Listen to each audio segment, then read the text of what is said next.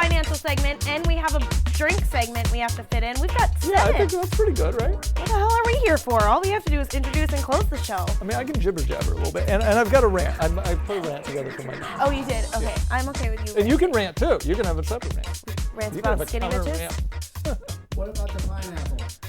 Well, the pineapple's staying on the table. Yeah, I'm upset. I should have had my pineapple tie on. I dropped the ball. It's okay. I mean, the pineapple draws the gold from your pineapple. It's Pineapple Thursday, so I really should be wearing it anyway. I don't either.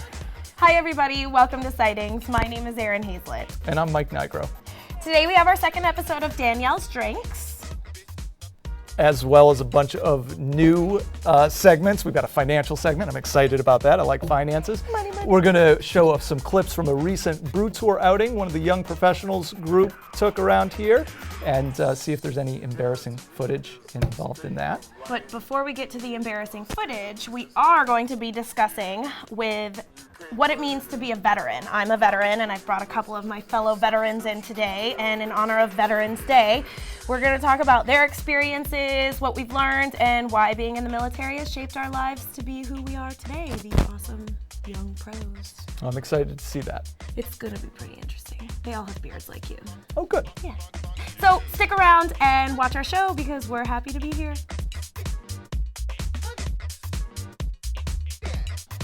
Hi, I'm Brian McKenna, a local certified financial planner and asset manager, and I'm here with this month's financial moment. This month we're going to talk about saving for retirement, a task we all know we should be doing, yet something that makes it at the bottom of everybody's to-do list. Now, we all realize that Social Security at this point isn't going to take care of us when we retire. Heck, if you were to retire today, Social Security is only going to take care of about 40% of the income that you need, with the other 60% coming out of your own pocket. That's coming from the Social Security Administration. Now, we don't even have any clue what it's going to look like in 30 or 40 years when we're getting ready to retire, but I'd be willing to bet that there's going to be a lot less money getting paid to us then than the government gives out today. So where does that leave us? Well, you've got one of two options. The first would be to delay retirement or to get a part-time gig when you're 75. But let's not kid ourselves. That probably doesn't sound too appealing. You know, you could work a 9 to 5 or you could go fishing with your grandkids. So that leaves you with your other option, starting to save for your retirement. Now, it sounds daunting, but trust me, if you start today and you stick with it, it's going to make life a lot easier for you down the road. Now, I'm not going to talk about different retirement vehicles per se. We'll do that in a couple months. But what I am going to talk about is a great way to get started. So I'm sure that you're sitting there right now and you're thinking to yourself, I can't save for retirement. I can't afford it. I've got bills to pay. I've got student loans, mortgage, kids, car payment. They're all out there. I understand that. But here's a couple of things to keep in mind. If you were to start saving $20 a week when you're 25 years old and you got an 8% return in the market, which has been the historic return, by the time you got around to 67 years old, you'd have $360,000 saved up. Now you put that off for 10 years. And you start doing that exact same $20 a week, only you do it when you're 35, and you get that exact same 8% return. By the time that you get to 67 at that point, you'd only have $155,000 saved up. That means that those 10 years that you didn't save for retirement, that cost you over $200,000. And that's just from putting away $20 a week. All right. Now, I'm not going to sit here and suggest to you that $360,000 is going to be enough for you in retirement. And quite frankly, it's probably not even going to be close. You're going to probably need a lot more than that. But what I'm trying to show you is how easy it is to get started and how it's going to help you out down the road. Because the longer that you put this off, the bigger the burden it's going to be to you when you do get around to starting to save for retirement. And trust me, I see this all the time. When you're 50 years old and you don't have anything saved for retirement and you're starting out fresh, the financial burden, the stress, it's all going to take a toll on you and it's going to make life a lot more difficult. So if you get started today, you're just going to be doing yourself a favor down the road. So if you haven't started yet and you think that you can't because you can't afford it, well, next time that you're picking up your coffee on your way to work because you didn't make it at home, or you're running out to lunch to grab a sandwich because you didn't brown bag it, all it takes is $20 a week to get yourself a good start and to save for a nice, healthy retirement. Hi everybody, welcome to Danielle's Drinks. I am not Danielle, and she is not here making drinks this month, so I'm drinking a beer. And I'm going to teach you how to peel into a pomegranate. Pomegranate juice can stain and it gets really messy, and there is a way to do this without making the biggest mess in your living room, and you can impress your guests and have a lot of great pomegranate seeds for your cocktails. So to begin, the man who taught me this used the expression, peel it like a human scalp. I can't say that I've ever done that before, and I hope I never have to in the future, but this is what I imagine it sort of looks like. Take the cone end up and lightly peel and cut into the flesh. Admittedly, there is sometimes some juice that pops out, so don't stress if you have it. See that juice, that pink-red juice? And then you're going to peel back the top. A pomegranate is broken up into chambers. So once you get this, and then you just peel this out of the way,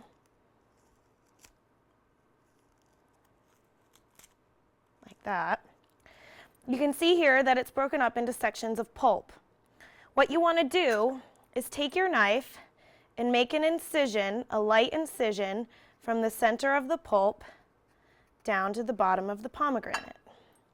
Again, you might bleed, and by bleed I mean the pomegranate, don't cut yourself. But the idea is to get it just thick enough so that you can start to peel it. Similar to an orange. See that? That's what you're looking for. Then you take your fingers and you pull this apart. So you're going to want to slowly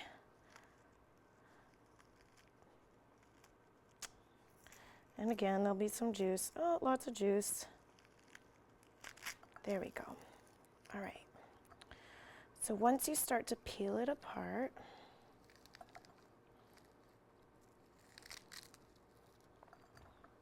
to get the pomegranate seeds out, tap on the peel, and your seeds just slowly start to fall out. If you like to pick at things, you can just pick at them and peel them out. And then you have lots of delicious pomegranate seeds for all of your holiday cocktails. Have a wonderful holiday. So as I mentioned before, I am a veteran. I am a sergeant in the Vermont Army National Guard, and joined with me today are two of my fellow veterans. Chad Postian, over here to my right, is also a sergeant in the Vermont Army National Guard. Yes, I am. Awesome. And Sean, tell me a little bit about what your rank is or where your service status is. I was airman in the Air Force. Awesome, awesome. And Chad, sorry, we will just accommodate Harry. Chad, tell me a little bit about your time in service and what made you be a veteran. Well, I mean, from a long time ago, I've been going to drill with my dad, since I was like 4 or 5 years old. And I just kind of decided I wanted to get into it, and I decided tanks were a good thing to work on because they're fun to drive and they make loud noises. So in 2000, I enlisted while I was still in high school. I ended up going to college in between, still doing my National Guard thing. Spent a lot of time active duty guard, and finally deployed in 2005 to Kuwait and Iraq, and redeployed again in 2010 to Afghanistan. Okay. And how about you, Sean? 2005 is when I enlisted right out of high school. I took the summer off, and then the fall 2005, I went to basic. A few months after that, I was in Iraq, my first deployment, Camp Buka. And then like a year and a half or so after that, I was on my second deployment, Iraq again. And I was stationed at Balad that time, Joint Base Balad. It was a big air base. And then I was stationed in California when I was homeside. That was pretty nice. Okay, so as veterans, I have had the opportunity, because I deployed to Afghanistan in 2010 with you, Chad. I used the post 9/11 GI Bill. So the post 9/11 GI Bill, for those of you who may not be familiar with what this education benefit is, based on your active duty time, you earn a certain percentage of college tuition, and along with that are some other benefits like housing allowance. So from my 12 months of active duty, I earned 60% of my college tuition paid, which I'm using right now. Are either of you using this benefit that you have as a veteran? As of right now, I'm not. I've already been to school, and I used my own scholarships and grants to do that. But the GI Bill allows you to pass your benefits on to a dependent, so spouse, a child, whatnot. So I'm saving it for my daughter. Fantastic. And how about you, Sean? I'm actually using the post 9/11 GI Bill right now.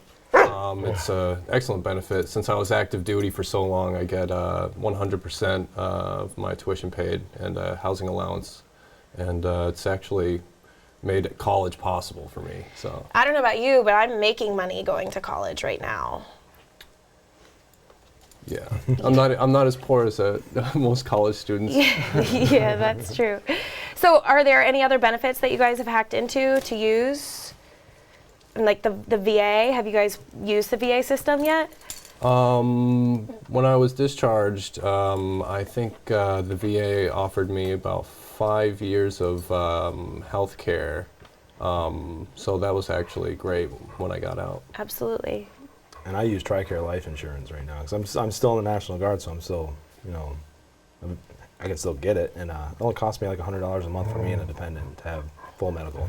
Yeah, and So, I'm pretty sure TRICARE is pretty solid for an insurance. I mean, it has its, twerks, but for the most part, I've not had many problems with it at all.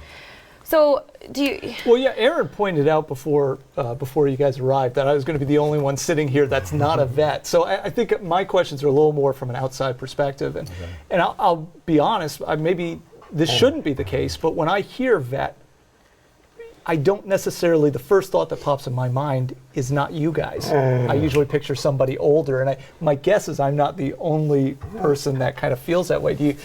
Do you run into surprise when you identify yourselves as a vet, or do you feel other people have that perception? I mean, in the whole respect of like Vietnam vets and World War II vets, I don't even think I'm on the same level as that. I would bow down to them any day of the week. But I mean, I'm sure you've seen some stuff that you probably wish you hadn't. But I don't know. Like being a vet's such a broad term these days, and I mean. Yeah, it's kind of hard for even me to say that. Well, I'm sure that that feels a little different looking at it from the outside. I think again for a lot of us that haven't had any of that experience, it's pretty amazing. Hearing the stories that I've heard and the things that are told. So, but I appreciate what you say there. My other question really is, in the news, there's a lot that I see about challenges facing vets. And sometimes the emotional components, sometimes difficulty finding jobs, which kind of sounds crazy after the experience that vets come back with, but it is a reality. Sometimes maybe misperceptions. So I guess, the GI Bill's real positive. What are some challenges that maybe you faced? I'd say one of the biggest challenges that I faced when it comes to being a veteran is right after I was 18, I just kind of like lost 4 years. Most kids like go to college and hang out with their peers. I had a M4 and I was at war. So it's a little bit different. And like you asked before, people are a little bit taken back.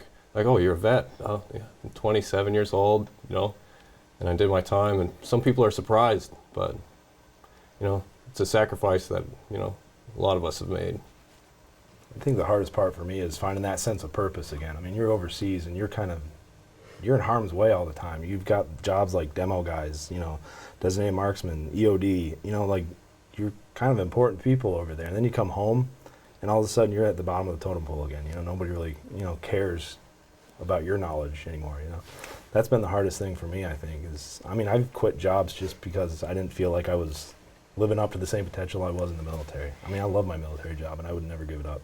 I really struggled as well finding a purpose again when I came home. I had a very different experience than both of you in Afghanistan. I was in an office and I worked basically primarily like a customer service for 80 different units, NATO units. So I got to interact with a lot of different types of soldiers, but my responsibility level for admin and sort of warehouse management was so high, and to come home and then be offered sort of like part-time retail jobs made me feel just so belittled in a way that what I had learned and the experience that I had gained was now worthless in a way.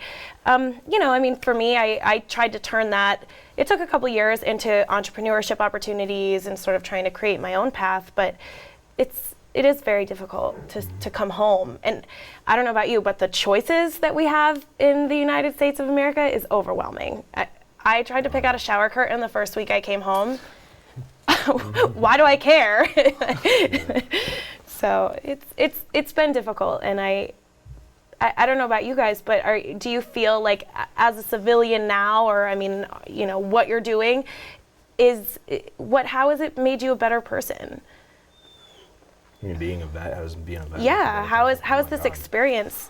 I mean, it's easier for you to place value on things. You've seen pretty much the worst of the worst in the world right now, and you can come home and see that we're not even close to what that is.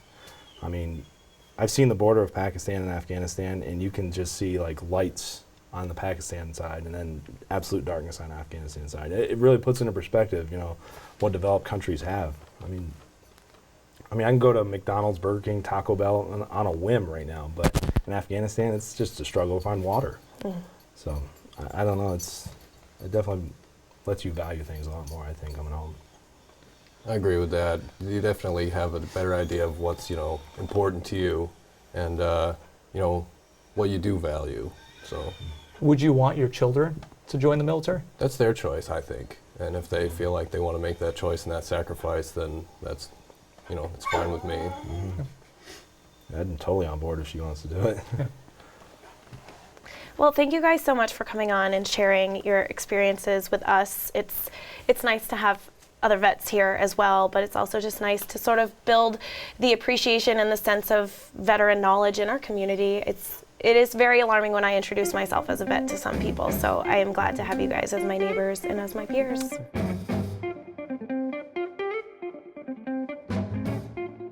All right, so another Halloween has come and gone, and I am concerned that Halloween has lost its thunder. Costumes are not what they used to be. Okay, you got ghosts and ghouls and goblins. It's the same old, same old. But then when people try to mix it up, I have to admit, I see some adults wearing costumes that you have to cover kids' eyes when they walk past. I don't necessarily need it to be inappropriate, but how can you spice it up? I suggest next year you adopt what I've done and be somebody you admire, somebody you respect for Halloween. Case in point, this Halloween, I was somebody I both respect and admire. I was myself, Mike Nigro. So spice it up a little bit. Next year, be somebody you respect, or better yet, be Mike Nigro. So we mentioned at the beginning of the show that the Southern Vermont, the Bennington and Northshire Young Professionals had put together a brew tour.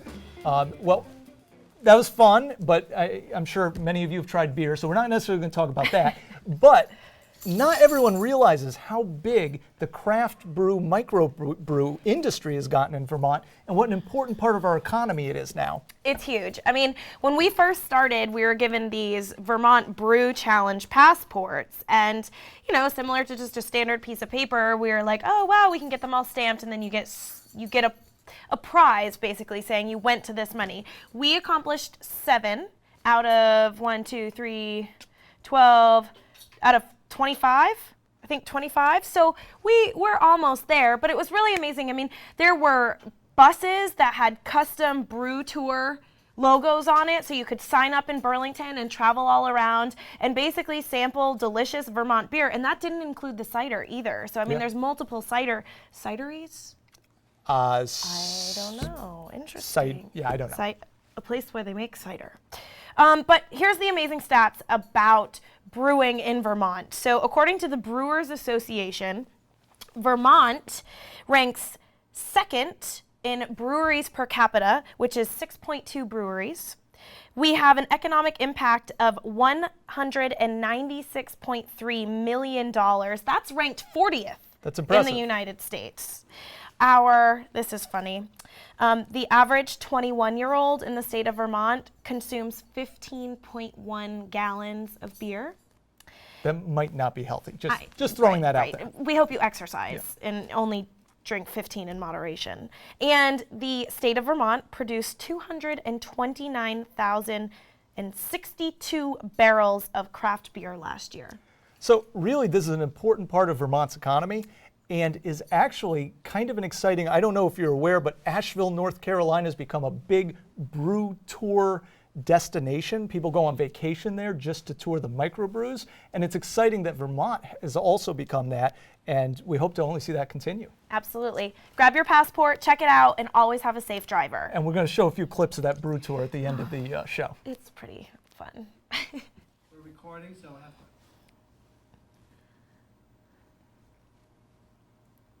I think we're good to go. I thought you were going to start. It starts with an M. I got it. Okay, wait. All right. So a lot of other fun things are happening around Bennington County and the state of Vermont. The Northshire Young Professionals are meeting on the first Wednesday of every month from 5:30 to 7:30 at the Manchester Country Club. And the Bennington Young Professionals meet the third Wednesday of every month at the Mount Anthony Country Club. It's fun. that's- I yeah. like going to yours. Yeah, you guys no, just have to start coming to We're mine. going to start coming Yeah, to yours. I know. A lot of fun. A lot of people come, very casual, just show up. Right. And, Show up, have a cocktail, eat some hors d'oeuvres, and meet your neighbors, There you meet your go. young professionals.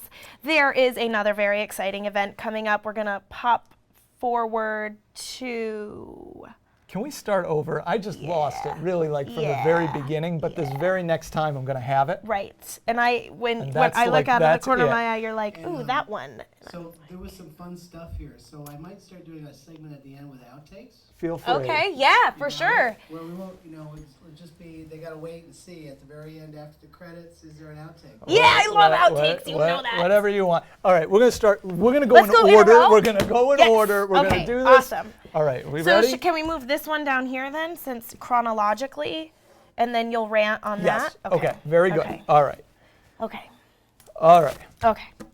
So, a lot of exciting events happening in the coming month or so. Yes, this is my dog Harry. He is If you hear here as well whining- in the If studio. you hear whining, so we're not whining. it's not Harry. us. So, It's Harry. So coming up in the next month, a lot of events. Come out and see. We'll be at a lot of them ourselves. It's going to be a lot of good stuff. November 19th, the Bennington Young Professionals are having their monthly mixer. It's happening at Mount Anthony Country Club. Very casual. Show up, meet some folks. Yes, and the first Wednesday of every month is the Northshire Young Professionals, and we meet at the Manchester Country Club, and that happens from 5:30 to 7:30. So you are always invited. So heading up to Rutland, the Paramount Theater in Rutland. I always say a lot of good stuff up there. November 20th, Rick Springfield is playing an acoustic set. If you think he's not hip, you've missed it. He's hip again. He's back. He's here. He's totally hip. Let's go. November 23rd, Bill Engvall, I think I'm saying that right. He used to do the Blue Collar Comedy Tour. He's performing at the Rutland Theater, very funny. And when you think Christmas, if you're like me, you think Leanne Rhymes, right? Christmas, Loving Leanne Rhymes. you. So December 5th, Leanne Rhymes performing at the Paramount Theater. I remember Leanne Rhymes from when I was 14 years old. I just I'm not want going to there. go We'll there. just- Okay. We're going to go right past that. So, happening on November 14th at 7 p.m. here in your local Manchester area is the Manchester Music Festival. And the band that will be playing there is a tribute band to Led Zeppelin. That's great. Hey, what's your favorite Led Zeppelin song? She doesn't know Led Zeppelin. You know, the I'm one just- that I goes just like blew up your that. spot there. And I just said, blow up your spot. So, Whatever, I'm a thank young you. professional. November 22nd in Bellows Falls, the Farm Plate Vermont beer book signing. There's going to be a book signing and beer tasting event. So food, Vermont, book, beer. I don't know anything about the event, but all those things sound good. It's probably going to be a good Pretty time. sound, yeah. November 22nd, Bellows Falls. Yes. And coming up next month is a really exciting event at the Bennington Museum. Their annual gala will be December 6th from 7 to 10 p.m. Michael, do you have a text? Well, I just want to put in a plug because we actually had our last Young Professionals mixer in Bennington at the museum. It was so fun. It was so fun. It's such a nice, some folks think small town museum, not that impressive. This is like a big museum in a small town. There's a lot of cool stuff. It's a great place. The gala's fun. I'm a gala kind of guy, you know. Well, a I little bit think of- that you have an organ there. I do. There's an organ in the museum Harry. from my home. That's Harry again. This That's is not Harry. me. So anyways, a lot of exciting stuff coming up. Yes, we hope to see you at them. And thank you again for watching Sightings of Vermont Young Professionals.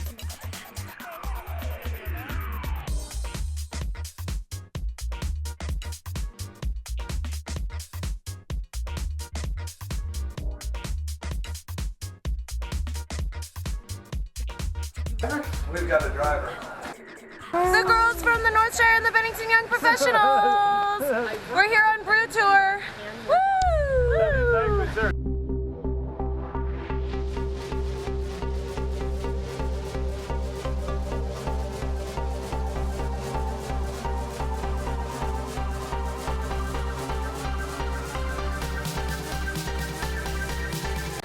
Why am I taking the handicap ramp?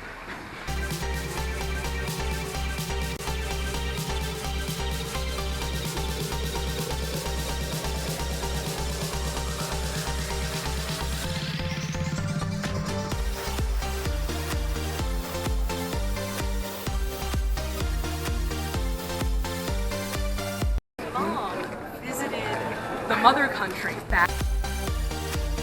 There's no beer? No beer. Ew! So back to the van.